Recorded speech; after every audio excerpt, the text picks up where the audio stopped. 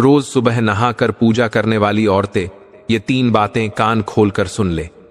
दर्शक बंधु, रोज सुबह नहाकर पूजा करने वाली माताएं और बहनें, आज जो बातें हम आपसे कहने जा रहे हैं वे केवल सुनने वाली बातें नहीं हैं, बल्कि जीवन को बदल देने वाला सत्य है। सुबह का वह पवित्र समय जब हम स्नान करके स्वच्छ वस्त्र पहनते हैं और भगवान के सामने खड़े होते हैं, वह समय हमारे पूरे दिन की दिशा तय कर देता है। उस क्षण हमारे द्वारा बोले गए शब्द, हमारे मन में उठने वाले विचार और हमारी की गई पूजा, सब कुछ हमारे घर की ऊर्जा को बनाता या फिर बिगाड़ता है। हम अक्सर सोचते हैं कि पूजा करना ही काफी है, परंतु नहीं। पूजा से पहले का मन, पूजा के समय की भावनाएं और पूजा के तुरंत बाद का व्यवहार, ये तीनों बातें मिलकर ही पूजा को सफल बनाती हैं। और आज हम उन्हीं 3 बातों का रहस्य खोलने जा रहे हैं, जिन्हें हर स्त्री को कान खोलकर, मन खोलकर और आत्मा खोलकर सुन लेना चाहिए। क्योंकि एक स्त्री जब सुबह के समय भगवान का नाम लेकर दीप जलाती है, तो वह केवल अपने लिए प्रार्थना नहीं करती, वह अपने पूरे परिवार के लिए रक्षा कवच बनाती है। उसके हाथों से उठी हुई अगरबत्ती की सुगंध, उसके मन में उठी हुई श्रद्धा की लहर और उसके चरणों की आहट, ये सब मिलकर पूरे घर में दिव्यता भर देते हैं। परंतु यदि उस समय अनजाने में कुछ छोटी गलतियां हो जाएं, तो वही दिव्यता कमजोर भी पड़ सकती है। हम सब जानते हैं कि स्त्री के आशीर्वाद से घर फलता फूलता है और स्त्री के क्रोध से घर की शांति भी डगमगा सकती है। इसीलिए आज की बातें हर उस महिला के लिए एक चेतावनी नहीं, बल्कि एक सौभाग्य का अवसर है, ताकि वह अपनी पूजा को और अधिक शक्तिशाली बना सके, अपनी श्रद्धा को और अधिक फलदायी बना सके और अपने घर में और अधिक मंगल ऊर्जा ला सके। हम यह भी जानते हैं कि दुनिया के सारे रिश्ते स्त्री की भावनाओं से बंधे होते हैं। उसके मन का भार अगर हल्का हो तो घर शांत होता है, उसके मन में करुणा हो तो परिवार में प्रेम बढ़ता है, और उसके मन में श्रद्धा हो तो भगवान का आशीर्वाद स्वतः उतर आता है। इसलिए आज जो 3 बातें हम आपको बताने जा रहे हैं, वे कोई साधारण बातें नहीं हैं। ये वे बातें हैं जिन्हें पुराने समय में माताएं अपनी बेटियों को विदाई के समय सिखाया करती थीं। ये वे बातें हैं जिनके आधार पर किसी परिवार का भाग्य बनता है या बिगड़ता है। और ये वे बातें हैं जिन्हें जान लेने के बाद कोई भी स्त्री अपने घर की देवी बन सकती है। वह शक्ति जो परिवार को संकटों से बचाती है, जो सुख का मार्ग खोलती है और जो भगवान की कृपा को अपने घर में स्थिर कर देती है। तो अब हम आपको उन 3 बातों की तरफ ले चलते हैं जिन्हें हर उस स्त्री को जानना आवश्यक है, जो सुबह स्नान करके पवित्र मन से भगवान के सामने खड़ी होती है, दीप जलाती है, जल चढ़ाती है और अपने परिवार के मंगल की प्रार्थना करती है। कान खुला रखें, मन शांत रखें, क्योंकि अगले ही क्षण जो आप सुनने जा रही हैं, वह आपकी पूजा की शक्ति को कई गुना बढ़ा देगा। लेकिन दर्शक बंधु, आगे बढ़ने से पहले आपको एक अत्यंत गंभीर बात बता दूं, जिसे हमारे प्राचीन धर्म ग्रंथ गरुड़ पुराण में स्पष्ट कहा गया है कि कोई भी कथा हो या कोई भी सीख, अगर उसे बीच में छोड़ दिया जाए तो वह केवल ज्ञान से वंचित होना नहीं है, बल्कि वह पाप की श्रेणी में आता है। क्योंकि अधूरी कथा मन में संदेह, भ्रम और अधूरा सत्य छोड़ देती है, और यह अधूरा सत्य कई बार व्यक्ति को गलत दिशा में ले जाता है। इसलिए आपसे विनम्र निवेदन है कि आज की इस कथा को अंत तक अवश्य सुने, क्योंकि यह केवल एक कहानी नहीं, बल्कि जीवन का आईना है जिसमें आप अपने कर्मों का प्रतिबिंब देख पाएंगे। हो सकता है इस कथा का कोई एक शब्द, कोई एक प्रसंग आपके जीवन की दिशा बदल दे, आपको पाप से बचा ले और आपको उस अंधकार से निकाल दे जिसमें अनजाने में आप भी फंस सकते हैं। और यदि आप एक सच्चे सनातनी हैं, तो यह आपका धर्म भी है कि ऐसे संदेशों को केवल अपने तक सीमित न रखें, बल्कि उन्हें अधिक से अधिक लोगों तक पहुंचाएं। इसलिए इस वीडियो को लाइक करें, अपने मित्रों और परिवार के साथ साझा करें और हमारे चैनल शिव टॉक्स को सब्सक्राइब करना न भूलें, ताकि धर्म, सत्य और जीवन की गूढ़ शिक्षाएं आपको निरंतर मिलती रहें। तो चलिए श्रद्धा और विश्वास के साथ इस कथा की शुरुआत करते हैं। बहुत समय पहले की बात है। किसी नगर में मनसुख नाम का एक वैद्य रहता था। मनसुख के विवाह को पूरे 15 साल हो गए थे। पर उनके घर में अभी तक कोई संतान नहीं आई थी। मनसुख वैद्यकी करने के लिए आसपास के गांव में जाया करता था और वैद्यकी से जो भी उसे मिलता उसी में दोनों का भरण पोषण हो जाया करता था। बस इसी तरह दिन खुशहाली से बीत रहे थे। एक बार की बात है, मनसुख वैद्यकी करके अपने घर लौट रहा था। रास्ते में एक विशाल वन पड़ता था। मनसुख को रोजाना वो वन पार करना पड़ता था। मनसुख अभी आधा वन ही पार कर पाया था कि तभी उसके कानों में किसी के बोलने की आवाज आई। अरे मुसाफिर, थोड़ा पेड़ के नीचे बैठ लो, थोड़ा आराम कर लो, थोड़े इस पेड़ के फल खा लो, फिर अपना सफर शुरू कर देना। मनसुख ने यह सुनकर चारों तरफ नजर दौड़ाकर देखा, पर मनसुख को वहां कोई नजर नहीं आया। फिर मनसुख ने जिस पेड़ के नीचे खड़ा था उसके ऊपर नजर उठाई तो क्या देखता है, पेड़ की डाल पर एक हरियल तोता बैठा हुआ है जिसकी लाल रंग की चोंच थी। वही मनसुख से बात कर रहा था। इतनी मीठी और स्पष्ट आवाज में एक तोते को बोलता हुआ सुनकर मनसुख को बड़ा ही आश्चर्य हुआ। मनसुख ने इस तरह इंसानी भाषा में स्पष्ट बोलने वाला तोता पहली बार देखा था। मनसुख उस तोते से बतियाने लगा। मनसुख ने उस तोते से पूछा, तुम्हारा नाम क्या है? तोता बोला, मेरा नाम लालमन है। तुम इस विशाल वन में क्या कर रहे हो? मनसुख ने फिर अगला प्रश्न तोते से किया। इस पर तोता उदास होता हुआ बोला, अरे भाई, मैं कोई ऐसा वैसा तोता नहीं हूं, मैं इंद्रलोक से आया हूं। मैं अक्सर धरती पर घूमने के लिए आता हूं। एक दिन इसी पेड़ के नीचे एक साधु को बैठा हुआ देख मैंने उसे बहुत परेशान किया, जिसकी वजह से साधु ने मुझे श्राप दे दिया कि मैं इसी धरती पर भटकता फिरता रहूंगा। सो तब से मैं इसी पेड़ पर बैठा अपनी गलती का पश्चाताप कर रहा हूं। वैद्य ने जब यह सुना तो उसे उस तोते पर बड़ी ही दया आई। उसने लालमन तोते से कहा, अच्छा लालमन, क्या तुम मेरे साथ चलोगे? मैं तुम्हें अपने साथ अपने घर में रखूंगा। लालमन तोता तैयार हो गया। उसके बाद वैद्य उसे अपने साथ घर ले आया और एक पिंजरे में लाकर उसे रख दिया। वह तोते का बहुत ही अच्छे से ध्यान रखता था। ना जाने कितने प्रकार के फल और मेवे उसको खिलाया करता था। एक बार की बात है, वैद्य थका हारा जब अपनी वैद्यकी से घर लौटा तो वैद्य ने तोते से कहा, मैं थका हारा आता हूं, तुम मुझे कोई कहानी सुनाया करो, कोई किस्से सुनाया करो, कोई भेद की बात बताया करो। लालमन तोता बोला, ठीक है मेरे मालिक, कल से मैं तुम्हें भेद की बातें बताया करूंगा, तुमसे बैठकर बतिया करूंगा। अभी आप सो जाओ, थके हुए आए हो। अगले दिन मनसुख वैद्य उठकर अपनी पत्नी से बोला, अरे भाग्यवान, आज तो खीर और मालपुए खाने का मन कर रहा है, तुम खीर और मालपुए बनाओ, मैं वैद्यकी करके अभी लौट रहा हूं। इतना कह मनसुख वैद्य अपना झोला उठाकर गांव के लिए चल दिया वैद्यकी करने। इधर उसकी पत्नी ने खीर बनाई, खूब मेवे डाले। खीर की सौदी खुशबू पूरे घर में फैल गई। फिर उसकी पत्नी ने मालपुए बनाए। मालपुए और खीर बनाकर बर्तन से ढक कर रख दिए और अपने पति का प्रतीक्षा करने लगी। चटोरी मनसुख की पत्नी अपने आप को रोक ना पा रही थी। वह बार बार बर्तन उठाकर झांक कर खीर और मालपुए बार बार देखती और जितनी बार देखती उतनी बार उसका खाने का मन करता। उसने सोचा, पता नहीं मेरे पति कितनी देर में आएंगे, मैं अपने हिस्से की खीर और मालपुआ खा लेती हूं। उसने अपने हिस्से की खीर और मालपुआ निकाल कर खा लिए, पर उसे खीर इतनी स्वादिष्ट लगी कि वह अपने ऊपर नियंत्रण ना कर पाई। थोड़ी देर बाद वह सारी खीर और मालपुए खा गई। थोड़ी देर बाद मनसुख भी घर में आ गया। उसने घर में कदम रखते ही कहा, अरे भाग्यवान, खीर की तो बड़ी ही अच्छी खुशबू आ रही है, ला फटाफट लाकर दे दे मालपुए और खीर। वो पालथी मारकर हाथ मुंह धोकर बैठ गया। अब उसकी पत्नी तो हैरान हो गई, क्योंकि खीर और मालपुए तो वह चट कर गई थी। अब मनसुख को कहां से लाकर दे। उसने अपने मन में एक योजना बनाई और बुझे से मनसुख के पास जाकर बोली, देखो जी, मुझे भूख लग रही थी, सो मैंने अपने हिस्से का मालपुआ और खीर खा ली।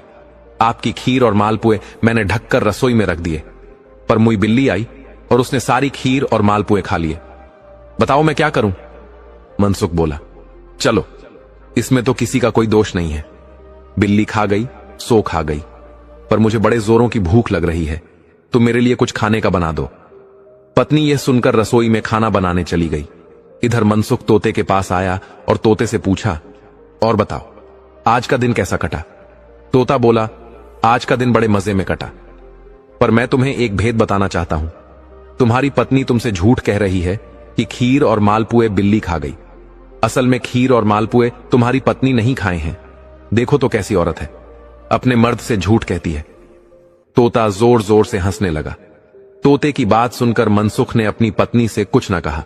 वो चुपचाप बैठा रहा और जो भी पत्नी ने लाकर बनाकर दिया वही चुपचाप खा लिया। पर पत्नी ने तोते की बात सुन ली थी। अब तो यह आए दिन की बात हो गई। तोता मनसुख की पत्नी की मनसुख के सामने पोल खोलता रहता। जितना प्यार मनसुख तोते से करता था, उसकी पत्नी अब तोते से उतनी ही नफरत करने लगी थी, क्योंकि आए दिन तोता उसकी पोल जो खोलता रहता था, तोता अब उसे फूटी आंख न सुहाता। एक दिन मनसुख और मनसुख की पत्नी का बड़े जोरों से झगड़ा हुआ। मनसुख की पत्नी ने मनसुख से कहा, देखो जी, इस घर में अब या तो यह तोता ही रहेगा या मैं रहूंगी। अब तुम सोच लेना कि तुम्हें किसको रखना है। मनसुख यह सुनकर बड़ा ही परेशान हुआ, क्योंकि मनसुख उस तोते से बड़ा ही प्यार करने लगा था और तोते को घर से निकालने की वो सोच भी नहीं सकता था। पर मनसुख अपनी पत्नी से भी बड़ा प्यार करता था, सो उसने तोते को घर से निकालने का विचार कर लिया। एक दिन वह तोते का पिंजरा लेकर उसी वन में तोते को छोड़ने के लिए चल दिया, जिस वन से वह तोते को लाया था। जब वह तोते को लेकर जा रहा था तो तोता रुआ सी आवाज में मनसुख से बोला, वैद्य जी, मुझे उस वन में ऐसे ही छोड़कर मत आना। मुझे तुम किसी को बेच देना। देखो, मैं तुम्हारा खूब मुनाफा करवाऊंगा। मनसुख वैद्य को लालमन तोते की बात जंच गई। वैद्य तोते का पिंजरा अपनी घोड़ी पर रखे चला जा रहा था। चलते चलते रात हो गई। वो एक नदी के किनारे रुका और एक छायादार वृक्ष देखकर वो वहीं रुक गया, क्योंकि उसे थकान भी बड़ी हो रही थी। उसने सोचा, रात में वन में सफर करना ठीक नहीं होगा। आगे विशाल वन है, सो नदी के किनारे इसी पेड़ के नीचे रात काट लेता हूं। सुबह सवेरे उठकर नगर में जाकर किसी अमीर आदमी को यह तोता बेच दूंगा। मनसुख वैद्य ने घोड़ी को पेड़ से बांधा, पिंजरा पास में रखा और पेड़ से टेक लगाकर लेट गया। थोड़ी देर बाद लालमन तोता बोला, वैद्य जी, आप अपनी घोड़ी को खुला छोड़ दो। वह वन की हरी हरी घास खा लेगी, नदी से पानी पी लेगी और मेरा भी पिंजरा खोल दो। मैं पेड़ पर बैठकर थोड़े रसीले फल खा लूंगा और रात को जब तुम सो जाओगे तो तुम्हारी रखवाली भी करता रहूंगा। यह सुन वैद्य बोला, नहीं, मेरी घोड़ी भाग जाएगी और तुम उड़ जाओगे। लालमन तोता बोला, अरे वैद्य जी, मुझ पर विश्वास करो, मैं उड़कर कहां जाऊंगा। मैं यहीं पेड़ पर बैठकर रात को तुम्हारी और तुम्हारी घोड़ी की रखवाली करूंगा। वैद्य ने घोड़ी और तोते दोनों को आजाद कर दिया। घोड़ी पास में ही घास चरने लग गई और तोता उड़कर पेड़ पर जा बैठा। रसीले फल खाने के बाद वो पेड़ पर बैठकर पहरा देने लगा। इधर वैद्य की आंखें लग गईं। आधी रात बीत गई। लालमन तोता पेड़ पर बैठा घोड़ी और वैद्य की रखवाली कर रहा था। तभी उसने देखा कि नदी से निकलकर एक सफेद रंग का घोड़ा वैद्य की घोड़ी के पास आया। उसने फुसफुसाकर घोड़ी के कान में कुछ कहा। घोड़ी घोड़े के साथ झाड़ियों के पीछे चली गई। लालमन तोते ने देखा दोनों में प्रेम प्रसंग चल रहा था। उसने एक बार तो सोचा कि वैद्य को जगा दूं, पर कुछ सोचकर उसने वैद्य को नहीं जगाया। थोड़ी देर बाद ही घोड़ी उस झाड़ी से निकलकर आकर अपने स्थान पर खड़ी हो गई और वह घोड़ा फिर से पानी के अंदर जाकर आंखों से ओझल हो गया। सुबह हुई, वैद्य की आंख खुली, पर तोते ने रात का वाकया उसे नहीं बताया। तोते को लेकर अपनी घोड़ी पर बैठकर वैद्य एक नगर में पहुंच गया। वहां जाकर उसने चौराहे पर पिंजरा टांग दिया और जोर जोर से आवाजें लगाने लगा, बोलने वाला अनोखा तोता खरीद लो, इसकी कीमत अगर कोई दे पाए तो इसे ले जाओ। यह बात वहां से गुजरते हुए नगर कोतवाल के कानों में भी पड़ी। वो वैद्य के पास आया और बोला, ए मुसाफिर, ऐसा तोता हमारे नगर के राजा खरीदना चाहते हैं। उनकी बहुत दिनों से अभिलाषा है कि इंसानी भाषा में बोलने वाला तोता खरीदा जाए। तुम मेरे साथ राजमहल में चलो, मैं अभी वहीं जा रहा हूं। यह सुनकर वैद्य अपने तोते का पिंजरा और अपनी घोड़ी को ले राज दरबार में पहुंच गया। राजा ने जब उस बोलने वाली अद्भुत चिड़िया को देखा तो वैद्य से पूछा, क्या कीमत लगाई है आपने इसकी? इससे पहले कि वैद्य कुछ बोलता तोता स्वयं ही बोल पड़ा, मेरी कीमत 10,000 सोने की स्वर्ण मुद्राएं हैं। राजा ने जब तोते के मुंह से यह सुना तो वह बड़ा ही खुश हुआ। उसे बहुत दिनों से ऐसे ही तोते की तलाश थी। राजा ने बिना कोई सवाल किए वैद्य को 10,000 सोने की स्वर्ण मुद्राएं दे दी। फिर तोते ने धीरे से राजा के कान में कहा, महाराज, इसके पास एक घोड़ी है, उस घोड़ी को भी खरीद लो। वह गर्भवती है और अद्भुत बछेरे को जन्म देगी। तोते की बात सुनकर राजा को आश्चर्य पर आश्चर्य हुए जा रहा था। उसने बिना सोचे समझे घोड़ी की भी कीमत लगाकर वैद्य से घोड़ी खरीद ली। वैद्य बड़ा ही खुश हुआ। अब उसकी गरीबी के दिन समाप्त हो गए थे। उसकी पत्नी भी बड़ी खुश हो जाएगी। अब तो वैद्य ने तोते से विदा ली और अपने घर की तरफ चल दिया। इधर राजा तोते से बड़ा ही प्यार करता था। उसे अपने महल में, अपने कक्ष में ही रखता था। राजा को जब भी समय मिलता वह तोते से घंटों बतियाता था। राजा की 4 रानियां थीं और चारों की चारों एक से बढ़कर एक सुंदर थीं। एक बार की बात है, राजा को किसी दूसरे राज्य में कुछ काम पड़ गया। राजा अपने घोड़े पर सवार होकर उस नगर के लिए चल दिया। जाने से पहले उसने अपनी चारों रानियों से कहा, सुनो रानियों, तुम्हें इस तोते का ध्यान रखना है। देखो, इसे किसी चीज की तकलीफ ना होने पाए। चारों रानियां तोते वाले कक्ष में आकर बैठ गईं और तोते से बतियाने लगीं। लालमन तोता भी उनका खूब मनोरंजन कर रहा था। तभी एक रानी ने तोते से पूछा, ए तोते, हमें यह बता, हम चारों में से सबसे सुंदर कौन है? तोते ने भी बड़ी मासूमियत से जवाब दिया, तुम चारों ही सुंदर हो सिवाय एक के। भला वह कौन है? तोते ने छोटी रानी की तरफ इशारा किया, जबकि उस रानी को राजा सबसे ज्यादा प्यार करता था। लालमन तोते की बात सुनकर तीनों रानियां तो खिलखिलाकर हंसने लगीं, पर छोटी रानी के दिल पर तो जैसे वार हो गया। वो बीमारी का बहाना लेकर अनसुनी कर अपने कक्ष में जाकर लेट गई। शाम को राजा आया तो छोटी रानी को ना देखकर पूछने लगा कि छोटी रानी कहां है, आज दिखाई नहीं दी।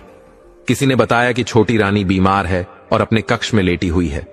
राजा तुरंत दौड़कर उसके पास गया और उससे पूछा, क्या हुआ छोटी रानी?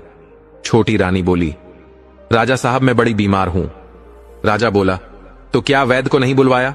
हां, बुलवाया तो था। तो क्या कहा वैद्य ने? रानी बोली, वैद्य कहते हैं कि किसी तोते का मांस खाओगी तो तुम ठीक हो जाओगी। अब देखो, हमारे महल में एक तोता है, उसी का मांस तुम मुझे खिलाओ तो मैं ठीक हो जाऊं। राजा ने जब यह सुना तो वह धक से रह गया। पर राजा अपनी छोटी रानी से बहुत अधिक प्रेम करता था। वो रानी को मना ना कर सका। राजा तोते को मारने अपने कक्ष की तरफ चल दिया। राजा ने पिंजरे से तोते को निकाला और सारी बात बताई। ए मेरे प्यारे तोता, मेरी छोटी रानी तुम्हें खाना चाहती है, मुझे क्षमा कर देना, मैं मजबूर हूं। मैं तुमसे बड़ा ही प्रेम करता हूं, पर तुमसे ज्यादा प्रेम मैं अपनी छोटी रानी को करता हूं। मरने से पहले तुम्हारी कोई आखिरी इच्छा है तो कहो, मैं तुम्हारी आखिरी इच्छा जरूर पूरी करूंगा। तोते ने उदास होते हुए कहा, महाराज, मैंने बहुत दिनों से खुला आसमान नहीं देखा। मैं पंख फड़फड़ाकर खुले आसमान में उड़ना चाहता हूं। मुझे आप 6 दिन की आजादी दे दें। 6 दिन बाद मैं खुद ही आपके सामने उपस्थित हो जाऊंगा। फिर तुम मेरा मांस काटकर रानी को खिला देना। राजा ने तोते की बात मान ली और तोते का पिंजरा खोलकर उसे खुले आसमान में उड़ा दिया। तोता उड़ता उड़ता बहुत दूर निकल आया। उसने देखा कि 12,000 तोते एक दिशा में एक साथ उड़ते हुए चले जा रहे हैं। तोता भी उनके साथ उड़ चला। उड़ते उड़ते तोतों ने उस लालमन तोते को बताया कि वह एक ऐसे नगर में जा रहे हैं जिसकी राजकुमारी अत्यंत ही सुंदर है और वह तोतों की दावत करती है। वह तोते को अद्भुत फल और अलग तरह की मिठाइयां खिलाती है। तोता दावत में शामिल हुआ। उसने ऐसे फल और मिठाई आज तक कभी न खाए थे। दावत खाने के बाद सभी तोते वहां से वापस जाने लगे, पर लालमन तोता वहीं रुक गया। उसको बोलता देख राजकुमारी उस पर बड़ी ही प्रसन्न हुई। वह उसे अपने कक्ष में ले आई। अब राजकुमारी जल्दी ही तोते के साथ घुल मिल गई। 2-3 दिन में ही दोनों पक्के मित्र बन गए। तोता राजकुमारी को राजा चंद्रसेन के बारे में बताता रहता था। वह बताता कि राजा चंद्रसेन का शासन कितना बड़ा है, यहां से वहां तक उसी का राज फैला हुआ है। राजा चंद्रसेन बहुत ही सुंदर और वीर साहसी राजा है। उसकी बातें सुन सुनकर राजकुमारी मन ही मन राजा चंद्रसेन से प्रेम करने लगी थी। वह तोते की बातों से उस राजा से प्रेम करने लगी जिसको उसने कभी नहीं देखा था।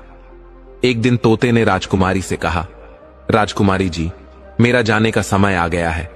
मैं राजा चंद्रसेन के पास जा रहा हूं, पर मैं तुमसे एक बात कहता हुआ जाऊंगा कि तुम राजा चंद्रसेन से विवाह कर लो। तुम्हारी जोड़ी उनके साथ बहुत जमेगी। इतना कह तोता वहां से विदा ले राजा चंद्रसेन के पास वापस आ गया। तोते ने राजा चंद्रसेन से कहा, महाराज, छोटी रानी के कहने पर मुझे मार डालने की जो आपने प्रतिज्ञा ली है वह आप तोड़ दीजिए। अगर आप मुझे जीवन दान देते हैं तो मैं एक ऐसी राजकुमारी से आपका विवाह करवा दूंगा जिसके बराबर सुंदर कोई दूसरी ना हुई है और नहीं होगी। आपकी चारों रानियों में से कोई भी उसके बराबर सुंदर नहीं है। राजकुमारी प्रभा सुंदर ही नहीं, दया की भी मूर्ति है। आपने तो अपनी रानियों को देख ही लिया है कि कैसे एक छोटी सी बात पर मुझे मारने का आदेश दे दिया। पर राजकुमारी प्रभा पक्षियों पर भी दया करती है। आपको पता है वह 12,000 तोते की हर सप्ताह दावत करती है और मैं उन्हीं की दावत का आनंद लेकर आ रहा हूं। मैं तो यही कहूंगा महाराज कि तुम्हारी जोड़ी तो राजकुमारी प्रभा के साथ ही मिलती है। तुम दोनों की जोड़ी अगर बन गई तो खूब जजेचेगी। अब राजा के मन में भी उस अनदेखी राजकुमारी के लिए प्यार के अंकुर फूटने लगे। उसने तोते से कहा, मित्र, मैं तुम्हें मारने वाला था। इस बात के लिए मुझे क्षमा करो और तुम जल्द से जल्द मेरा विवाह राजकुमारी प्रभा से करवाने की व्यवस्था करो। यह सुनकर तोता राजा से बोला, महाराज, अगर आप विवाह के लिए तैयार हैं तो यह संदेश मैं राजकुमारी प्रभा तक पहुंचाकर आता हूं। इतना कहकर तोता वहां से उड़ लिया और राजकुमारी प्रभा के पास जा पहुंचा। उसने राजकुमारी प्रभा को राजा का संदेश दिया कि राजा तुम्हारे साथ विवाह करने के इच्छुक है। राजकुमारी उसी दिन अपने पिता के पास गई और बोली, पिताजी, हम विवाह करेंगे तो राजा चंद्रसेन के साथ ही करेंगे, अन्यथा हम आजीवन कुंवारी रहेंगे। राजा ने राजा चंद्रसेन के बारे में जानकारियां इकट्ठी की। उन्हें भी राजा चंद्रसेन बहुत ही अच्छे लगे, सो उन्होंने खुशी खुशी राजकुमारी प्रभा को विवाह की मंजूरी दे दी। तोते ने इस पर राजा को सलाह दी, ए महाराज, मैं तो यही कहूंगा कि साधारण ढंग से चुपचाप राजकुमारी प्रभा और राजा चंद्रसेन का विवाह करवा दो, क्योंकि आसपास के नगर में बड़े ही विरोधी हैं। यह बात राजकुमारी प्रभा और उसके पिता को जंच गई। उन्होंने तोते से कहा, ए तोते, जाओ और राजा चंद्रसेन को हमारा संदेश देना कि आज से 7 दिन बाद पूर्णिमा के दिन वो अकेले मेरी बेटी को ब्याहने आ जाए। राजा की यह बात सुनकर तोता संदेशवाहक बनकर राजा चंद्रसेन के पास आया और प्रभा के पिता का संदेश उन्हें सुना दिया। यह संदेश पाकर राजा चंद्रसेन तोते से बहुत खुश हो गया। उसने तोते को धन्यवाद दिया और कहा, ए लालमन तोते, तूने तो मेरी मुश्किल ही हल कर दी। तेरा मुझ पर बड़ा ही उपकार है। 7 दिन बाद मैं राजकुमारी प्रभा को ब्याहने जरूर जाऊंगा। मेरी चारों रानियां तो कपट से भरी हैं, जो एक निर्दोष तोते को मरवाने चली थीं। पर अब मेरे जीवन में एक निर्मल और प्रेम करने वाली राजकुमारी आएगी। तेरा मुंह पर बड़ा ही उपकार है। इस तरह 6 दिन बीत गए। 7वां दिन भी आ गया। आज पूर्णिमा का दिन था और राजा चंद्रसेन सुबह से ही उत्साहित थे। राजा चंद्रसेन ने अपने कीमती आभूषण और राजशाही वस्त्र पहने और तोते के साथ चलने के लिए तैयार हो गया। तोते के कहने पर राजा चंद्रसेन ने वही घोड़ा लिया जो उन्होंने मनसुख वैद्य से खरीदा था। उस घोड़े पर बैठकर राजा ने वन पार किया। वन पार करके वह घाटी नदी पार करते हुए आगे बढ़ते गए। पर यह क्या, उनके सामने अब विशाल समुद्र मुंह बाएं खड़ा था।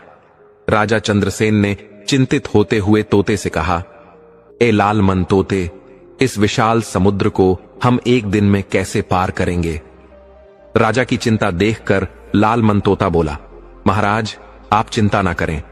यह जो आपका घोड़ा है, यह कोई मामूली घोड़ा नहीं है। यह समुद्र के घोड़े से उत्पन्न हुआ बछेरा है। इसमें अद्भुत शक्तियां हैं। यह पानी पर भी दौड़ सकता है। यह सुनकर राजा ने जैसे ही घोड़े को एड़ लगाई, वो घोड़ा पानी पर भी हवा से बातें करने लगा। वो पानी पर ऐसे चलने लगा कि जैसे मानो जमीन पर चल रहा हो। कुछ ही देर में घोड़े ने समुद्र पार कर लिया। जैसे ही वह किनारे पर आए, उन्हें दूर से ही प्रभा के पिता का साम्राज्य दिखाई देने लग गया। तोते ने राजा चंद्रसेन से कहा, महाराज, जाओ, आपकी ससुराल में आपका स्वागत है। यह सुन राजा चंद्रसेन ने जैसे ही किले में प्रवेश किया, राजा चंद्रसेन का भव्य स्वागत किया गया। राजा चंद्रसेन को देखकर राजकुमारी प्रभा के पिता और राजकुमारी दोनों ही बड़े खुश हुए। जैसा कि तोते ने बताया था, राजा चंद्रसेन बिल्कुल वैसा ही था। इधर राजकुमारी प्रभा को देखकर राजा चंद्रसेन भी बड़े ही खुश थे, क्योंकि चारों रानियों से प्रभा अद्भुत सुंदरी थी और दयालु हृदय वाली थी। राजा चंद्रसेन और राजकुमारी प्रभा का उसी दिन विवाह संपन्न करवा दिया गया। विवाह के बाद राजा चंद्रसेन और राजकुमारी प्रभा प्रेम में ऐसे खोए कि उन्हें समय का पता ही नहीं चला। इसी तरह 1 महीना बीत गया। एक दिन राजा चंद्रसेन को अपने नगर की बड़ी ही याद आई। उसने लालमन तोते से कहा, ए तोते, मेरा राज्य राजा विहीन पड़ा हुआ है। पता नहीं मेरे मंत्री और मेरी चारों रानियां किस तरह से राज्य को चला रही होंगी। मेरे यहां आने की खबर बस कुछ विश्वसनीय मंत्रियों को ही पता है। अब मुझे अपने नगर को लौटना चाहिए। यह सुनकर लालमन तोता बोला, हां महाराज, आपने बिल्कुल सही सोचा है। अब आप राजकुमारी प्रभा के पिता से चलने की आज्ञा ले लो और राजकुमारी प्रभा को अपने साथ लेकर अपने नगर को लौट जाओ। राजा चंद्रसेन ने इस बारे में राजकुमारी प्रभा को बताया तो प्रभा तो जैसे पहले से ही उत्सुक हो रही थी अपनी ससुराल जाने के लिए। उसने अपने पिता से अपनी ससुराल जाने की आज्ञा मांगी और कहा, पिताजी, वक्त आ गया है मेरे ससुराल जाने का, सो मेरी विदाई कर दो। प्रभा के पिता ने बहुत ही बहुमूल्य उपहार देकर अपनी बेटी को विदा करने का निश्चय कर लिया। अब वह इतना सारा सामान लेकर घोड़े पर तो नहीं जा सकते थे, इसलिए राजकुमारी प्रभा के पिता ने एक पानी के जहाज का भी इंतजाम कर दिया। राजकुमारी प्रभा बहुत सारे उपहार और बहुमूल्य रत्न लेकर अपने पति के साथ जहाज में बैठकर अपने ससुराल के लिए रवाना हो गई। राजा चंद्रसेन ने अपने कीमती घोड़े को भी उसी जहाज में रखा हुआ था और तोता आसमान में उड़ता हुआ उन्हें रास्ता बताता हुआ जा रहा था। दोनों हंसी खुशी अपना सफर कर रहे थे, पर अब वे पानी के जहाज में थे तो अब उनका सफर बहुत ही लंबा नजर आ रहा था। 6 दिन पानी में ही चलते चलते बीत गए। एक दिन राजा चंद्रसेन को एक टापू दिखाई दिया, सो उन्होंने उस टापू पर रात गुजारने का निश्चय कर लिया। तोते ने उन्हें लाख समझाने की कोशिश की कि महाराज, यहां पर रुकना खतरे से खाली नहीं है, पर राजा चंद्रसेन ने तोते की एक ना सुनी। उन्होंने तोते से कहा, ए तोते, 6 दिन का सफर मैं पानी में ही काट रहा हूं, पर आज की रात हम इसी टापू पर डेरा डालेंगे। सुबह होते ही फिर अपने सफर की तरफ निकल जाएंगे। लालमन तोता बेचारा चुपचाप रह गया। राजा ने टापू के किनारे लंगर डालकर जहाज रोक लिया और टापू पर अपने तंबू गाड़कर अपना बिस्तर लगा लिया। 6 दिन से राजा को पानी में नींद नहीं आई थी, सो आज आंखें बड़ी भारी हो रही थीं। बिस्तर पर लेटते ही राजकुमारी प्रभा और राजा चंद्रसेन को बड़ी गहरी नींद आ गई। दोनों बेखबर सो रहे थे। तोता वहीं पर पेड़ पर बैठा पहरा दे रहा था। थोड़ी देर बाद तोते ने देखा कि एक विशाल जहाज उनके जहाज के पास आकर रुका है। उस जहाज में सौदागर का काफिला था। सौदागर बड़ा ही निर्दयी और क्रूर था। वो जैसे ही टापू पर पहुंचा, उसने देखा कि एक जहाज खड़ा है, सो उसने लंगर डालकर अपना जहाज रोक लिया। उस सौदागर ने देखा कि जहाज में बहुमूल्य हीरे रत्न और ना जाने कितना कीमती सामान रखा है। वो थोड़ा और आगे बढ़ा तो एक पेड़ के नीचे उसे बड़ा ही सुंदर घोड़ा बंधा दिखाई दिया। उसने उस घोड़े को भी अपने जहाज पर चढ़ा दिया। फिर उसने राजकुमारी प्रभा को राजा चंद्रसेन के बराबर में सोते देखा तो उसका रूप देखकर वो उस पर मोहित हो गया। राजकुमारी प्रभा नींद में जैसी विश्व सुंदरी लग रही थी। उस सौदागर ने राजकुमारी प्रभा को कंधे पर उठाया और अपने जहाज में ले गया। उसने राजा चंद्रसेन का जहाज भी अपने जहाज में बांध लिया था और सारा कुछ लूटकर वो वहां से चला गया। तोता वहीं पेड़ पर बैठा सब कुछ देखता रहा। न वह बोला, न वह चिल्लाया, न उसने सौदागर को रोकने की कोशिश की। सुबह हुई। जब राजा चंद्रसेन की आंख खुली तो उन्होंने देखा कि राजकुमारी प्रभा उनके पास नहीं है। वह अपने खेमे से निकलकर बाहर आए तो वहां पर घोड़ा भी गायब था, ना वहां जहाज दिखाई दे रहा था। राजा ठगासा चारों तरफ अपनी खाली नजरों से देख रहा था। तभी तोते ने रात की सारी घटना राजा को बताई तो राजा ने तोते से कहा, ए तोते, तुमने मुझे जगाया क्यों नहीं? इतना कह राजा चंद्रसेन जोर जोर से रोने लगे। यह सुन तोते ने राजा को बताया कि महाराज, अगर मैं आपको जगा देता तो शायद आपकी जान पर भी बन जाती, क्योंकि सौदागर के साथ बहुत से हथियारबंद सिपाही थे। उन सब से तुम अकेले मुकाबला ना कर पाते, इसलिए मैं चुपचाप सब कुछ देखता रहा। लेकिन महाराज, जब वह सौदागर राजकुमारी प्रभा को अपने जहाज में लादकर अपने नगर की तरफ गया तो मैं उसके साथ साथ उड़ चला। और महाराज, मैंने उसके नगर का भी पता लगा लिया है कि सौदागर किस नगर में रहता है। अब आप हिम्मत करके खड़े हो और अपनी रानी को ढूंढने का निश्चय करो। तोते ने राजा को ढांस बंधाया और हिम्मत दी। तोते की हिम्मत पाकर राजा चंद्रसेन खड़ा हुआ। अपने आंसू पोंछे, पर उसके सामने समस्या यह थी कि वह इस विशाल समुद्र को अब कैसे पार करेंगे। ना उनके पास वह चमत्कारी घोड़ा था और ना ही अब अपना पानी का जहाज था। यह समस्या भी तोते ने ही हल की। तोते ने राजा चंद्रसेन से कहा, महाराज, वह जो आप सूखा पेड़ देख रहे हैं, ना अपनी तलवार से इसे काट डालो और इसे नाव का रूप दे दो। राजा ने वैसा ही किया। उस तने को काटकर राजा ने उसे नाव का रूप दिया और पानी में उतार दिया। फिर उस वन से कुछ फल तोड़े और नाव में रख लिए। धीरे धीरे चप्पू चलाते हुए राजा अपनी रानी को ढूंढने के लिए चल दिया। तोता भी आसमान में उड़ता हुआ राजा को रास्ता दिखा रहा था। उस छोटी सी नाव से सफर करते करते 15 दिन बीत गए। 15 दिन बाद वह उस नगर में पहुंचे जिस नगर में वह अत्याचारी सौदागर रहता था। वह एक बगीचे में पहुंचे। तोता ने राजा से कहा, महाराज, आप इसी बगीचे में ठहरे, मैं राजकुमारी प्रभा का पता लगाकर आता हूं। राजा दुख में व्याकुल होकर तोते से बोले, ए मेरे दोस्त, तूने मेरी बड़ी ही मदद की है और तुम्हारी बात ना मानकर मैं अब तक पछता रहा हूं। यदि मैं तुम्हारी बात मानकर उस टापू पर ना रुकता तो आज हमें यह दिन देखना ना पड़ता। ए मेरे दोस्त, तुम जाओ और रानी प्रभा का पता लगाकर आओ कि यह अत्याचारी उस पर जुल्म तो नहीं ढा रहा। मेरी प्रभा कैसी है, वो किस हाल में है, सब पता करके आओ। तोता यह सुन वहां से उड़ चला। वो उड़ते उड़ते उस सौदागर के घुड़साल में पहुंचा। उसने देखा कि चमत्कारी घोड़ा वहीं पर बंधा हुआ है। घुड़साल के पास ही एक छोटा सा बगीचा था। लालमन तोता उस बगीचे में गया तो उसे वहां अपने जैसे असंख्य तोते मिले। लालमन तोते ने एक तोते से गहरी मित्रता कर ली और उससे राजकुमारी प्रभा की जानकारी इकट्ठी करने लगा। उस तोते ने लालमन को बताया कि हां, एक बड़ी ही खूबसूरत, बड़ी ही सुंदर स्त्री इस बगीचे में फूल तोड़ने आती है।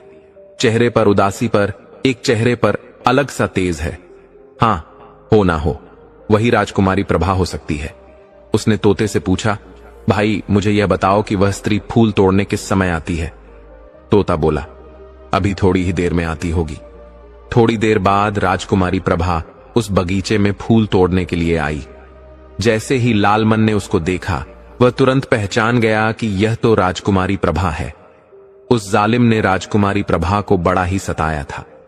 राजकुमारी प्रभा के कपड़े फट चुके थे, चितड़े जैसे उसके बदन पर लिपटे हुए थे। तोते को यह देखकर बड़ा ही दुख हुआ कि जो राजकुमारी राजशाही वस्त्र पहनकर महल में शानो शौकत से रहती थी, आज उसकी यह दशा हो रही है। तोते ने साथ वाले तोते को धन्यवाद दिया और वहां से उड़ चला। वो राजा के पास पहुंचा और राजा को सारा हाल कह सुनाया। फिर राजा एक सराय में रुका। सराय का मालिक एक बूढ़ा आदमी था और उसकी सौदागर के साथ अच्छी बनती थी। उस सराय में रहते राजा चंद्रसेन को कई दिन बीत गए। एक दिन उसने उस सराय के मालिक से कहा, बाबा, मैं मुसाफिर हूं, मेरे पास कोई काम नहीं है। आपकी तो सौदागर के साथ अच्छी बनती है, आप चाहे तो मुझे उसके यहां कोई काम दिलवा सकते हैं। सराय के मालिक को भी राजा की हालत पर बड़ी दया आ रही थी।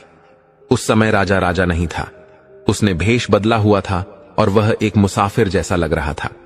सराय के मालिक ने राजा को ढांस बंधाते हुए कहा, ठीक है बेटा, मैं कल ही सौदागर के यहां तुम्हारी नौकरी की बात करता हूं। अगले दिन सराय का मालिक सौदागर के पास राजा चंद्रसेन को लेकर गया और उसकी नौकरी की बात की। सौदागर ने राजा चंद्रसेन को पहचाना नहीं। उसने उसे अपने घुड़शाल में घोड़ों की देखभाल की नौकरी दे दी। अब राजा चंद्रसेन सौदागर की घुड़शाल में काम करने लगा। वहां काम करते करते एक दिन उसे वह चमत्कारी घोड़ा भी मिल गया। घोड़ा उसे देखते ही हिनहिनाने लगा और उसने राजा चंद्रसेन को पहचान लिया। राजा चंद्रसेन ने भी उस घोड़े को पहचान लिया और उसके सर पर हाथ फेरने लगा। वहीं पर उसने देखा, रात होते ही एक दुखी सी स्त्री घुड़साल में आई और एक कोने में आकर सो गई। सुबह सवेरे वह स्त्री उठी और बाग की तरफ चली गई। राजा उसे देखकर बड़ा ही हैरान हो रहा था। अगले दिन जब वह स्त्री घुड़साल में आई तो राजा ने उसके पास जाकर उससे बात करने का निश्चय किया। राजा उसके पास जाकर बोला, हे देवी, तुम कौन हो और यहां इस हाल में क्यों रहते हो? ये सुनकर वह स्त्री हड़बड़ाकर खड़ी हो गई और उसने अपने पल्लू से अपना चेहरा ढक लिया। वह राजा चंद्रसेन को पहचान ना पाई। असल में वह राजकुमारी प्रभा ही थी। राजा ने भी प्रभा को नहीं पहचाना क्योंकि उसने चेहरा जो ढक लिया था। राजा के पूछने पर राजकुमारी प्रभा ने कहा, ए मालिक, मैं तो एक मालिन हूं, मेरे पास सर छुपाने के लिए जगह नहीं है, सो रात को सोने यहीं घुड़साल में चली आती हूं, सुबह सवेरे फिर उठकर बाग में चली जाती हूं। यह सुनकर राजा ने उसे ओढ़ने के लिए एक चादर और बिछाने के लिए एक टाट का टुकड़ा दे दिया। एक दिन राजकुमारी प्रभा को राजा चंद्रसेन की बड़ी ही याद आ रही थी, सो वो बैठी रो रही थी। राजा चंद्रसेन उसके पास गया और पूछने लगा, ए देवी, तुम क्यों रो रही हो? इस पर राजकुमारी प्रभा बोली, ए नेक दिल इंसान, मैं तुम्हें क्या बताऊं, मेरी बड़ी दुख भरी कहानी है। यह सुन राजा चंद्रसेन ने प्रभा से कहा, हे देवी, अगर तुम चाहो तो अपनी दुख भरी कहानी मुझे सुना सकती हो। कहते हैं बांटने से दुख कम हो जाता है। यह सुन रानी प्रभा ने अपनी पूरी कहानी राजा चंद्रसेन को सुना दी। कहानी सुनते ही राजा चंद्रसेन की आंखों में आंसू आ गए। वह समझ गए कि यह स्त्री कोई और नहीं, ये तो वही रानी प्रभा है जिसे ढूंढते ढूंढते वो यहां तक पहुंचे हैं, और इतने समय से वो इन्हीं की घुड़साल में आकर सोती रही, पर वो उसको पहचान न पाई। अहो दुर्भाग्य, तू कैसी रचना रच रहा है।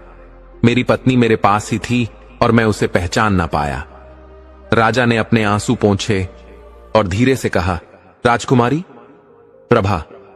प्रभा ने एक अजनबी से अपना नाम सुना तो हैरान रह गई। उसने पलट कर देखा तो उसके सामने राजा चंद्रसेन खड़े थे। रानी प्रभा ने जब राजा चंद्रसेन को देखा तो दौड़कर उसके सीने से लग गई और फूट फूट कर रोने लगी। दोनों की आंखों से आंसू धारा बह रही थी। इतने दिन का विरह सह सहकर दोनों निढाल से हो गए थे। एक दूसरे से गले लगकर दोनों न जाने कितने पल ऐसे ही खड़े रहे। उन्हें विश्वास ही नहीं हो रहा था कि हम कभी मिल भी पाएंगे। इधर लालमन तोते का हाल सुनो। तोतों की बगिया में रहते हुए वह उन्हीं के साथ घुल मिल गया और वह यह भी भूल गया कि राजा को बता दे जो स्त्री घुड़साल में रहती है वही रानी प्रभा है। पर आखिर राजा को रानी मिल ही गई। वे दोनों एक दूसरे के आंसू पोंछते रहे और एक दूसरे को देखकर भाव विभोर होते रहे। राजा ने रानी को ढांस बंधाते हुए कहा, रानी, हम आज रात ही यहां से निकल जाएंगे। वो चमत्कारी घोड़ा भी इसी घुड़साल में बंधा हुआ है, पर अफसोस कि मेरा दोस्त लालमन तोता न जाने कहां चला गया। यह सुन राजकुमारी प्रभा बोली, अरे महाराज, जिस बगिया में मैं फूल चुनती हूं वो लालमन तोता उसी बगिया में तो रहता है। उसी ने मुझे तुम्हारे यहां आने की खबर दी थी, पर उसने मुझे यह नहीं बताया कि तुम इस घुड़साल में काम करते हो। यह सुन राजा ने भी सोचा कि उसने मुझे भी नहीं बताया कि तुम ही रानी प्रभा हो। तोते पर राजा को गुस्सा तो आया, पर उसे हंसी भी आई कि है तो पक्षी, वह भी भूल गया होगा। उसे भी तो बहुत दिनों बाद इतने रसीले फल खाने के लिए मिले थे। फलों के चक्कर में वह यह बताना भूल गया होगा। राजकुमारी प्रभा तोते की भाषा समझती थी। वह उसी समय बगीचे में गई और लालमन को पुकारा। लालमन उड़ते हुए रानी प्रभा के पास आया। यह है क्या? राजा चंद्रसेन और रानी प्रभा को एक साथ देखकर तोता हैरान हो गया। उसने राजा से पूछा, महाराज, आखिर आपने रानी प्रभा को ढूंढ ही लिया? राजा ने लालमन से कहा, हां दोस्त, ढूंढ तो लिया, पर तू तो हमें भूल ही गया था। यह सुनते ही लालमन तोते को अपनी भूल का स्मरण हुआ। उसने राजा और रानी से माफी मांगी और कहा, राजन, मुझे क्षमा करें, मैं तो एक तोती के चक्कर में तुम लोगों को भूल ही गया था। शर्माते हुए तोता बोला, असल में राजन, मुझे बगीचे में एक तोती मिल गई थी। बहुत ही प्यारी तोती है। उसके साथ मेरा मन मिल गया, बस उसी के प्रेम में मैं यह सब भूल गया। राजा बोला, कोई बात नहीं मित्र, तुमने मेरी बड़ी मदद की है। अब राजकुमारी प्रभा जब हमें मिल गई है तो हमें आज रात को ही यहां से निकलना चाहिए। तोता बोला, ठीक है महाराज, आप अपनी रानी को लेकर उस चमत्कारी घोड़े पर बैठकर रात को निकलिए। मैं अपनी तोती को लेकर आसमान में उड़ता हुआ आपके पीछे आ जाऊंगा। रात का अंधेरा होते ही राजा चंद्रसेन ने उस चमत्कारी घोड़े को खोला और चुपके से अस्तबल के बाहर आ गया। रानी प्रभा को घोड़े पर बिठाया और घोड़े को एड़ लगाई। एड़ लगते ही घोड़ा हवा से बातें करने लगा। घुड़साल के सिपाही उन्हें पकड़ने के लिए दौड़े, पर वह उनके हाथ कहां आने वाले थे। वह तो आंखों से पलक झपकते ही ओझल हो गए। लालमन तोता भी अपनी तोती के साथ आसमान में उड़ते हुए राजा के साथ हो लिया। सिपाही भी पीछे पीछे दौड़ रहे थे। राजा अब समुद्र के किनारे पहुंचा। उसने घोड़े को फिर से एड़ लगाई तो वह पानी पर दौड़ने लगा। सारे सिपाही आश्चर्य से भरे राजा को जाते हुए देखते रहे। घोड़े को पानी पर दौड़ता हुआ देख उन सिपाहियों के मुंह खुले के खुले रह गए। जब तक वे कुछ समझ पाते, राजा उनसे बहुत दूर निकल चुका था। सौदागर के सिपाहियों ने ही जब सौदागर को यह सब बताया तो वह गुस्से में हाथ मलता रह गया। उसे तो अब तक घोड़े के चमत्कार के बारे में पता ही नहीं था। उसे राजकुमारी प्रभा के हाथ से निकल जाने से ज्यादा घोड़े के हाथ से निकल जाने का दुख हो रहा था। इधर राजा चंद्रसेन राजकुमारी प्रभा को लेकर अपने नगर पहुंचा। नगर के बाहर ही उसने डेरा डाला और अपने विश्वसनीय मंत्रियों को बुलाया। मंत्रियों ने जब राजा और राजकुमारी की यह दशा देखी तो उन्हें बड़ा दुख हुआ। जल्दी से राजमहल में खबर पहुंचाकर उनके लिए राजसी वस्त्र मंगवाए गए। दोनों को राजसी वस्त्र पहनाकर बड़े आवगत के साथ उन्हें राजमहल में ले जाया गया। शानदार स्वागत हुआ। महल में जब रानियों को पता चला कि राजा चंद्रसेन वापस लौट आए हैं, पर बड़ी ही सुंदर स्त्री को ब्याह कर लाए हैं, उनको बड़ा ही क्रोध आया। जब उन्होंने राजकुमारी प्रभा को देखा तो उससे जल भुन गई। राजा उनकी मनोच्छा समझ गया। राजा ने राजकुमारी प्रभा के लिए अलग से महल बनवाया और राजकुमारी प्रभा को पटरानी बना दिया। अब रानी प्रभा और राजा चंद्रसेन उसी महल में रहने लगे। कुछ समय बाद उन्होंने तोते का विवाह उस तोती से करवा दिया। तोता, तोती और राजा चंद्रसेन अपनी रानी प्रभा के साथ सुखपूर्वक उस महल में रहने लगे। दर्शक बंधु, इस संपूर्ण कथा के माध्यम से हम बजरंगी की उन 3 सीख को समझ सकते हैं जिन्हें कोई साधारण मनुष्य अपने जीवन में अपना ले तो कभी भी दुखी नहीं रहेगा। तो चलिए दर्शक बंधु, आपका कीमती समय नष्ट न करते हुए जानते हैं उन तीनों सीख को। पहली सीख, सत्य की शक्ति सबसे बड़ी होती है। दर्शक बंधु, इस कथा की पहली और सबसे गहरी सीख वही है जो स्वयं हनुमान जी के जीवन का सार है। सत्य की शक्ति सबसे बड़ी होती है। लेकिन यह केवल एक वाक्य नहीं, यह एक ऐसी अग्नि है जो मनुष्य के भीतर के अंधकार को जला देती है और आत्मा को प्रकाश से भर देती है। सोचिए जरा, जब लालमन तोते ने पहली बार अपनी मधुर आवाज में कहा, मालिक तुम्हारी पत्नी झूठ बोल रही है, बिल्ली ने नहीं, उसने ही खीर और मालपुए खा लिए हैं, तो यह केवल एक तोते की बात नहीं थी। यह एक आत्मा का साहस था जो सत्य बोलने की कीमत जानती थी फिर भी बोलती है, क्योंकि मौन रहना अधर्म होता है। लालमन जानता था कि उसके शब्द आग लगा देंगे, कि मनसुख और उसकी पत्नी के बीच दूरी बढ़ जाएगी, पर उसने फिर भी सत्य कहा, क्योंकि सत्य वही दीपक है जो शुरुआत में चुभता है पर अंत में मन को निर्मल कर देता है। यही तो हनुमान जी की पहली शिक्षा है। सत्य से मत डर, क्योंकि सत्य ही तेरी रक्षा करेगा। लंका में जब वे रावण के सामने खड़े हुए थे तो पूरी सभा मौन थी, पर हनुमान जी बोले, मैं प्रभु श्री राम का दूत हूं और जो धर्म के मार्ग पर है उसे किसी का भय नहीं होता। उन्होंने सत्ता से नहीं, सत्य से शक्ति ली थी। ठीक वैसे ही लालमन ने भी किसी के डर से नहीं, बल्कि अपने भीतर की सच्चाई से बात की। उसने सोचा नहीं कि उसका क्या अंजाम होगा, उसने बस वही कहा जो सही था। और दर्शक बंधु, यही सबसे बड़ी बात है। सत्य हमेशा जीतता है, पर उसका रास्ता कांटों से भरा होता है।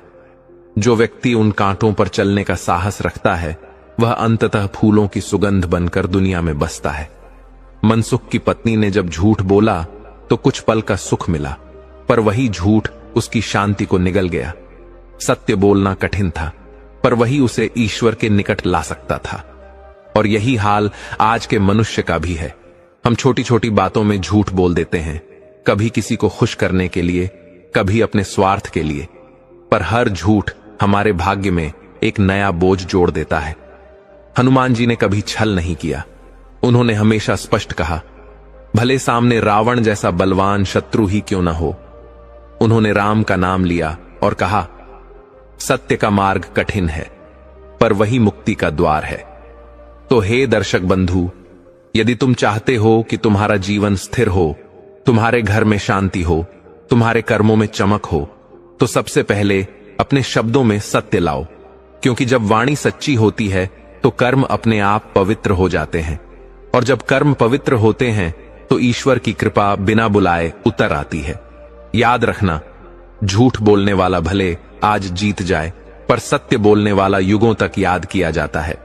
हनुमान जी इसलिए अमर हैं क्योंकि उन्होंने कभी सत्य से समझौता नहीं किया। वे हर उस हृदय में बसते हैं जो ईमानदार है, जो सत्य के लिए लड़े बिना डरता नहीं। इसलिए अपने भीतर वह हनुमान जागृत करो जो हर परिस्थिति में सच बोल सके, जो अपने दिल की आवाज से बड़ा कोई भय न माने, क्योंकि जब सत्य तुम्हारे साथ होता है तो पूरी सृष्टि तुम्हारे पक्ष में खड़ी होती है। सत्य से चलने वाला कभी अकेला नहीं होता, क्योंकि उसके साथ स्वयं बजरंगबली चलते हैं, हर कदम पर, हर सांस में, हर निर्णय में। और जब जीवन का दीपक सत्य की लौ से जलता है तो अंधकार मिट जाता है और आत्मा में केवल प्रकाश रह जाता है। दूसरी सीख, भरोसा और समर्पण ही संबंधों की सबसे बड़ी नींव है। दर्शक बंधु, इस कथा की दूसरी सीख हमारे जीवन की सबसे पवित्र नींव को छूती है, भरोसा और समर्पण। अगर पहला दीपक सत्य है तो दूसरा दीपक विश्वास है। जिस घर में विश्वास की ज्योति जलती है वहां न भय टिकता है, न धोखा, न दुख। याद कीजिए, राजा चंद्रसेन और राजकुमारी प्रभा को कितने तूफान आए उनके जीवन में, कितनी बार बिछड़ गए, कितनी बार हालात ने उन्हें तोड़ने की कोशिश की, पर क्या उन्होंने एक दूसरे पर से भरोसा खोया? नहीं, कभी नहीं। जब सौदागर ने छल से राजकुमारी प्रभा का अपहरण कर लिया तो राजा चंद्रसेन टूट तो गए, पर उन्होंने विश्वास नहीं छोड़ा। उन्होंने कहा, मेरी प्रभा जीवित है, मैं उसे ढूंढ निकालूंगा। और जब राजकुमारी प्रभा अपमान और दुख में भी अपने प्रेम को याद करती थी तो वह कहती थी, मेरा राजा अवश्य आएगा, वह मुझे इस बंदी गृह से मुक्त कराएगा। यही भरोसा था जिसने दूरी को भी हारने पर मजबूर कर दिया। हनुमान जी भी तो यही सिखाते हैं। संबंध केवल शब्दों से नहीं, श्रद्धा से टिकते हैं। उन्होंने राम के प्रति ऐसा समर्पण दिखाया जो संसार में उदाहरण बन गया। जब लंका जली, जब सागर पार हुआ, जब सीता माता का संदेश लेकर वे लौटे, तो वह केवल ताकत से नहीं हुआ, वह हुआ अटूट विश्वास से। हनुमान जी ने कभी नहीं पूछा, प्रभु क्या मैं कर पाऊंगा? उन्होंने बस कहा, प्रभु आपकी इच्छा मेरी शक्ति है। ठीक वैसे ही राजा चंद्रसेन और रानी प्रभा ने भी एक दूसरे के प्रति यही भाव रखा। वे दोनों जानते थे कि प्रेम केवल शब्द नहीं होता, वह प्रतीक्षा होती है, त्याग होता है और विश्वास की अग्नि में तपना होता है। रानी प्रभा ने अत्याचार सहे पर अपने राजा को धोखा नहीं दिया। राजा चंद्रसेन ने अंधकार में भी अपनी रानी की खोज छोड़ी नहीं। यह वही निष्ठा है जो हर युग में प्रेम को जीवित रखती है।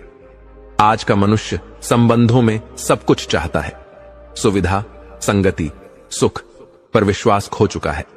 थोड़ी सी परेशानी, थोड़ी सी दूरी और भरोसा टूट जाता है। पर सुनो दर्शक बंधु, जहां भरोसा कमजोर हो जाए वहां कोई रिश्ता टिक नहीं सकता, और जहां भरोसा गहरा हो वहां सबसे बड़ी दूरी भी मिट जाती है। हनुमान जी सिखाते हैं, जो समर्पण में जिए वही संबंधों में शांति पाए। उन्होंने अपनी शक्ति प्रभु को समर्पित की थी। उन्होंने कहा था, मैं शरीर से तुम्हारा सेवक हूं, मन से तुम्हारा भक्त हूं और आत्मा से तुम्हारा अंश हूं। ऐसा समर्पण ही इंसान को दिव्य बनाता है। राजा चंद्रसेन और रानी प्रभा के बीच भी यही दिव्यता थी। जब दोनों वर्षों बाद मिले तो उन्होंने एक दूसरे को किसी गलती के लिए दोष नहीं दिया। उन्होंने केवल एक दूसरे को देखा और वह एक नजर ही सब कुछ कह गई। उस एक क्षण में सारी दूरियां पिघल गईं, सारी पीड़ाएं मिट गईं, क्योंकि प्रेम में जहां विश्वास हो वहां कोई बंधन नहीं रहता, केवल आत्मा का संग होता है। हे दर्शक बंधु, यदि तुम अपने जीवन में सुख चाहते हो तो अपने परिवार, अपने साथी, अपने मित्रों पर विश्वास रखो। शक का बीज कभी मत बो, क्योंकि शक हर रिश्ते की जड़ को खा जाता है, और जब जड़ सूख जाती है तो सबसे हरा भरा पेड़ भी सूख जाता है। हनुमान जी का दूसरा संदेश यही है, जो संबंधों में भरोसा रखता है उस पर स्वयं ईश्वर भरोसा करते हैं, क्योंकि ईश्वर केवल भक्त की पूजा से नहीं, उसकी निष्ठा से प्रसन्न होते हैं। इसीलिए अपने जीवन में हनुमान की यह शिक्षा उतारो, विश्वास रखो, समर्पण रखो और प्रेम में स्थिर रहो, क्योंकि जहां विश्वास है वहीं परिवार है, वहीं सुख है, वहीं ईश्वर का वास है। जो अपने संबंधों को भरोसे की मिट्टी में सींचता है, उसका जीवन हनुमान जी की कृपा से सदैव हरा भरा रहता है। तीसरी सीख, सेवा और भक्ति का फल कभी व्यर्थ नहीं जाता। दर्शक बंधु, इस कथा की तीसरी और सबसे गूढ़ सीख वही है जो हनुमान जी के चरित्र की आत्मा है। सेवा और भक्ति का फल कभी व्यर्थ नहीं जाता, क्योंकि जो दूसरों के लिए जीता है, जो प्रेम और करुणा से किसी का भला करता है, वह कभी खाली नहीं रहता। ईश्वर उसके जीवन में ऐसा प्रकाश भर देते हैं जो जन्म जन्मांतर तक उसे मार्ग दिखाता है। याद कीजिए लाल मन तोता, जिसने अपने जीवन में न जाने कितनी बार अपमान, श्राप और एकाकीपन झेला। वह इंद्रलोक से आया था, पर एक गलती के कारण धरती पर श्रापित हो गया। वह चाहे तो कटु बन सकता था, अपनी पीड़ा में किसी का